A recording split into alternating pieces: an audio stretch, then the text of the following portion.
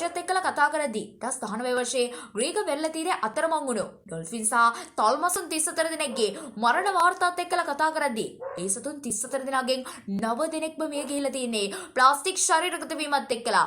එතකොට ප්ලාස්ටික් කියලා කියන්නේ ඒ කියන්නේ ජීවීන්ට පමණක් නෙවෙයි සමස්ත පරිසරයටම විශාල බලපෑමක් ඇති කරන ලොකු තර්ජනයක් බවටපත් වෙලා තිනවා. එහෙනම් ඔබ දෙයක ඉඳලා එන්න අපි කතා කරමු ශුද්ධ ප්ලාස්ටික් වල පාරිසරික සහ මානුෂික බලපෑම් අවම කර ගැනීම ගැන. ලෝකයේත් එක්කලා කතා කරද්දී අද වෙදි ලෝකය තුළ තියෙන විශාලතම ගැටලුවක් තමයි ඒ කියන ප්ලාස්ටික් වලද. මොකද ප්ලාස්ටික් කියලා කියන්නේ අද වෙදි මිනිස්සුන්ට අද වෙදි සත්තුන්ට එතනින් එහාට ගිහිල්ලා පරිසරයට විශාල බලපෑම් ගණනාවක් ඇති කරන විශාල හානි ගණනාවක් සිද්ධ කරන සාධකයක් බවටපත් වෙලා තියෙනවා.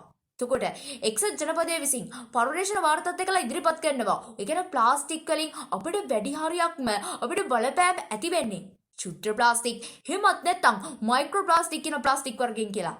එතකොට එතනින් හරියට ගිහිල්ලා මොනවද මේ ශුද්ධ ප්ලාස්ටික් හිමත් නැත්නම් මයික්‍රෝ ප්ලාස්ටික් කියන්නේ මොනවද කියලා බැලුවොත් මයික්‍රෝ ප්ලාස්ටික් එහෙම නැත්නම් ශුද්ධ ප්ලාස්ටික් කියලා හඳුන්වන්නේ මයික්‍රෝමීටර 0.1 ඉඳන් මයික්‍රෝමීටර 5000 වගේ දිගකින් යුක්ත ප්ලාස්ටික් අංශු ටික අපි හඳුන්වනවා ඒ කියන්නේ මයික්‍රෝ ප්ලාස්ටික් එහෙමත් නැත්නම් ඔය කියන ශුද්ධ ප්ලාස්ටික් කියලා. එතකොට මයික්‍රෝ ප්ලාස්ටික් ශුද්ධ ප්ලාස්ටික් වල කොටස් දෙකක් යටතේ දකින්න පුළුවන්. ප්‍රාථමික ශුද්ධ ප්ලාස්ටික් සහ ද්විතීයික ශුද්ධ ප්ලාස්ටික් කියලා. එතකොට ඒ කියන කොටස් දෙකට ප්ලාස්ටික් බෝතල්, එතනින් එහාට ගිහලා ප්ලාස්ටික් ඇසුරුම් ටික, එතනින් උත් එහාට ගිහලා ප්ලාස්ටික් නිෂ්පාදන වගේ දේවල් ඔය කියන අංශ ගණන දෙකට අයිති වෙනවා. එතකොට ඒ කියන ප්ලාස්ටික් වලින් අද වෙදි ලෝකයේ තුල සිද්ධ වෙන හානිය ගත්තට පස්සේ ඒ හානිය කියලා නිම කරන්න බැරි තරම්. එතකොට ඒ කියන හානිය අවම කරන්න නම් අපි විසින් කළ යුතු දේවල් ටිකක් තියෙනවා. උදාහරණයක් එක්කලා කතා කරද්දී ඒ කියන කසල අපද්‍රව්‍ය ගත්තට පස්සේ ඒ කියන ප්ලාස්ටික් අපද්‍රව්‍ය ටික අපි නිසි විදිහට කළමනාකරණය කරනවා නම්